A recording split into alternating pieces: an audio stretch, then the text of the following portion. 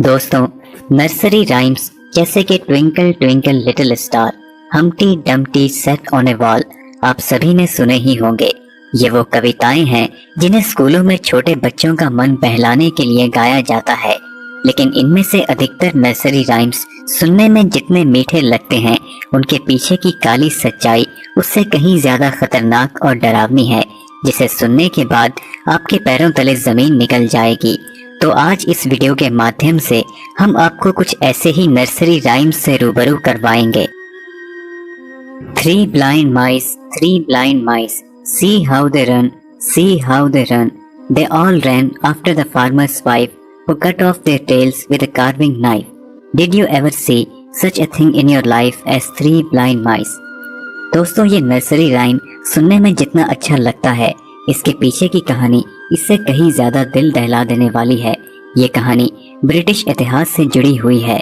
इस कविता में the farmer's wife king Henry की बेटी क्वीन मैरी ट्यूडर को कहा गया है। माना जाता है कि सन 1609 में मैरी ट्यूडर बहुत ही कट्टर और एक जालिम किस्म की महारानी हुआ करती थी, जिसका खौफ पूरे राज्य में फैला हुआ था। इसी कारण उसे लोग ब्लडी मैरी के नाम से जानते थे, क्योंकि वो अपने विक्टिम्स को बुरी तरह टॉर्चर किया करती थी और उन्हें टॉर्चर करने में उसे बहुत मजा आता था, और जो भी उसका विरोध करता उसे वह एक दर्दनाक मौत देती थी।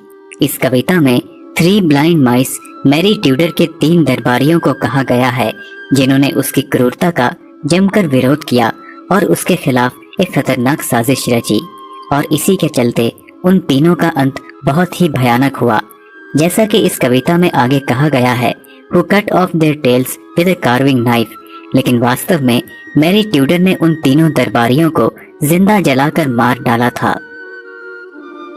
Rock a bye baby on the tree top, when the wind blows the cradle will rock, when the bough breaks the cradle will fall, and down will come baby cradle and all। दोस्तों, ये nursery rhyme अपने आप में कई रहस्य समेटे हुए है। कहा जाता है कि 17वीं सदी में इंग्लैंड में हो रहे एक रिचुअल के दौरान एक नवजात बच्चे की रहस्यमयी ढंग से मौत हो गई थी, और उसकी मां को इस बात का बहुत गहरा सदमा पहुंचा था। वो ये मानने को तैयार नहीं थी कि उसका बच्चा अब इस दुनिया को हमेशा के लिए छोड़ चुका है। इसलिए वह अपने मरे हुए बच्चे को एक जिंदा बच्चे की तरह पालने लगी और रोज उसे बास्केट में रखकर झूला झूलने के लिए पेड़ पर टांग दिया करती थी, इस उम्मीद में कि उसका बच्चा एक दिन जिंदा हो जाएगा। आगे इस कविता की lines When the bough breaks, the cradle will fall, and down will come the baby, cradle and all के मुताबिक तेज हवा और बच्चे के भार से पेड़ की डाली टूट गई और उसका बच्चा नीचे गिर गया, लेकिन कभी जिंदा नहीं हुआ।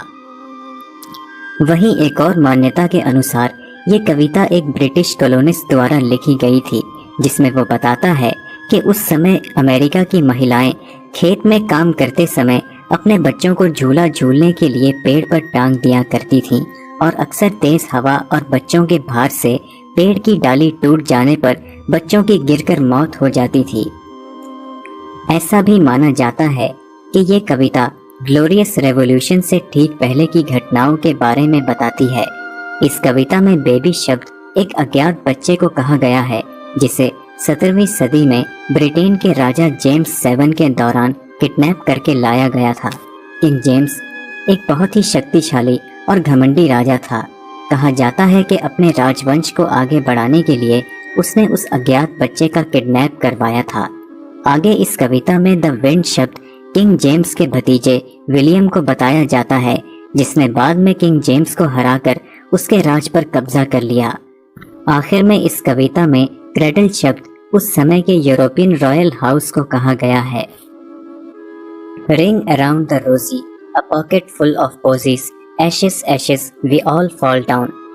कहा जाता है कि इस कविता का संबंध 14वीं सदी में यूरोप में हुई ब्यूबोनिक प्लेग और ब्लैक डेथ से है, जिसमें 75 से 200 करोड़ लोग प्लेग की बीमारी से मारे गए थे। इस घटना के मुताबिक रिंग अराउंड द रोजी का मतलब है प्लेग से पीड़ित लोगों के शरीर पर गोल आकार के लाल लाल निशान। द पॉकेट फुल ऑफ पोजीज उन पौधे और जड़ी बूटियों को बताया जाता है जिनकी मदद से इस बीमारी का इलाज किया गया होगा। और आखिर में ashes ashes we all fall down का मतलब है कि प्लेग से पीड़ित लोग एक के बाद एक दर्दनाक मौत मरते गए, जिसके बाद उनकी लाशों को जला दिया गया। हालांकि कुछ इतिहासकार इस बात को पूरी तरह से सच नहीं मानते, क्योंकि इस कविता की और भी कई वर्जन्स हैं जिनका दूर दूर तक यूरोप की ब्लैक डेथ वाली घटना से कोई संबंध नहीं है। जैसे कि अगर इस कविता की दूसरी वर्जन को देखा जाए तो इसकी लाइंस कुछ इस प्रकार हैं। A ring of roses, a pocket full of posies, one for Jack and one for Jim and one for little Moses, a kerchie in and a kerchie out and a kerchie all together। दोस्तों, जैसा कि आप देख सकते हैं कि इस कविता में कोई भी शब्द या लाइन ऐसी नहीं है जिससे ये अंदाज़ा लगाया जा सके कि इस कविता का संबंध यूरोप की ब्लैक डेथ वाली घटना से रहा होगा। लेकिन इन बातों में कितना सच है इसके बारे में कुछ नहीं कहा जा सकता। ऐसा भी माना जाता है कि इस कविता का संबंध सेकेंड वर्ल्ड वार से है। जेसिका नेल्सन नाम की एक महिला ने यह दावा किया कि उन्हें उनकी टीचर से यह पता चला कि इस कविता का संबंध सेकेंड वर्ल्ड वार के दौरान नाजी कंसंट्रेशन कैंप से है, जिसके मुताबिक रिंग अराउंड द रोजी का मतलब है कि नाजियों ने कैदियों को घेरकर उन्हें मार डाला था।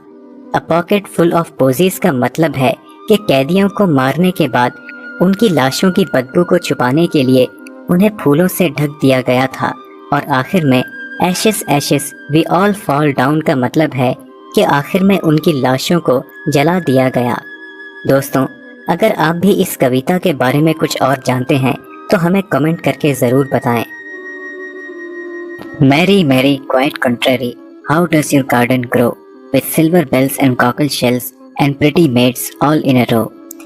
इस कविता के पीछे की कहानी भी क्वीन मैरी ट्यूडर की क्रूरता और उसके द्वारा टॉर्चर किए गए लोगों से जुड़ी है।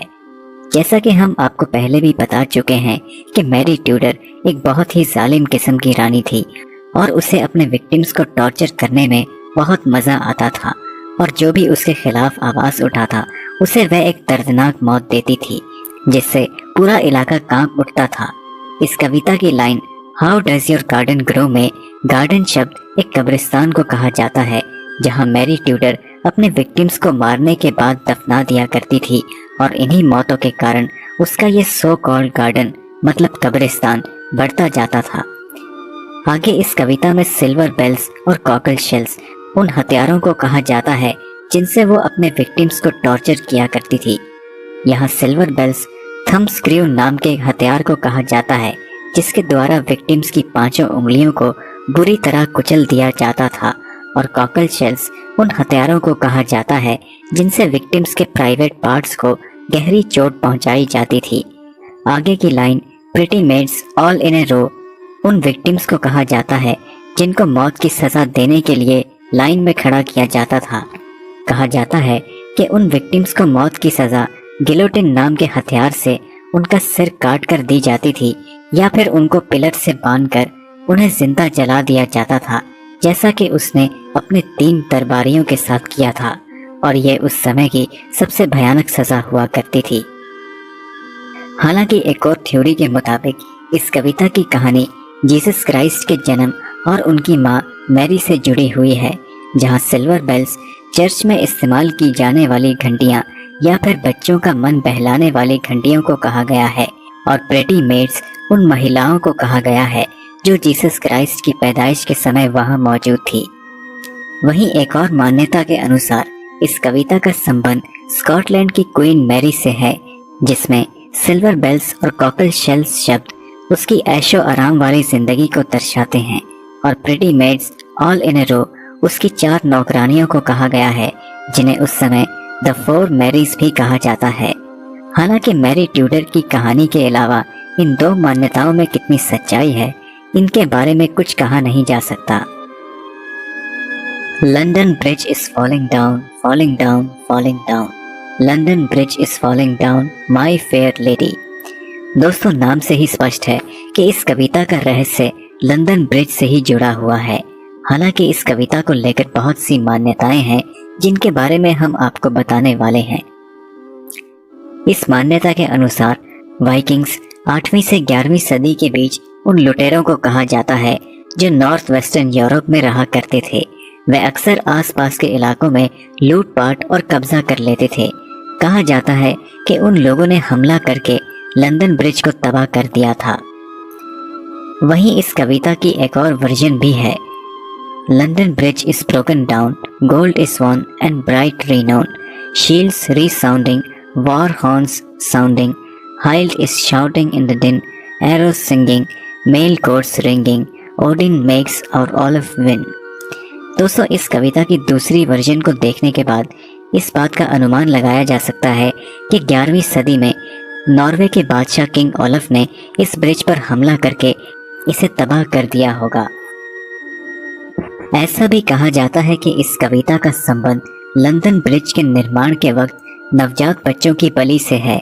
कहा जाता है कि इस ब्रिज के निर्माण के समय कई नवजात बच्चों को बलि के तौर पर इस ब्रिज में जिंदा दफन कर दिया गया था। माना जाता था कि ऐसा करने से ब्रिज और भी मजबूत बनता है। हालांकि आर्कियोलॉजिस्ट को इस बात का कोई पुख्ता प्रमाण नहीं मिल पाया है जिससे यह साबित हो सके कि क्या वाकई में उस समय नवजात बच्चों की बलि चढ़ाई गई थी। वहीं एक और मान्यता के अनुसार ऐसा भी कहा जाता है कि ये ब्रिज समय के साथ साथ पुराना और कमजोर हो चुका था और साथ ही साथ नदी में धंसता जा रहा था। साल 1633 में यहाँ आग लगने से ये ब्रिज बुरी तरह बर्बाद हो गया। हालांकि इसकी मरम्मत तो होती रही, लेकिन साल 1831 में सरकार ने इसकी जगह एक नया ब्रिज बनवा दिया।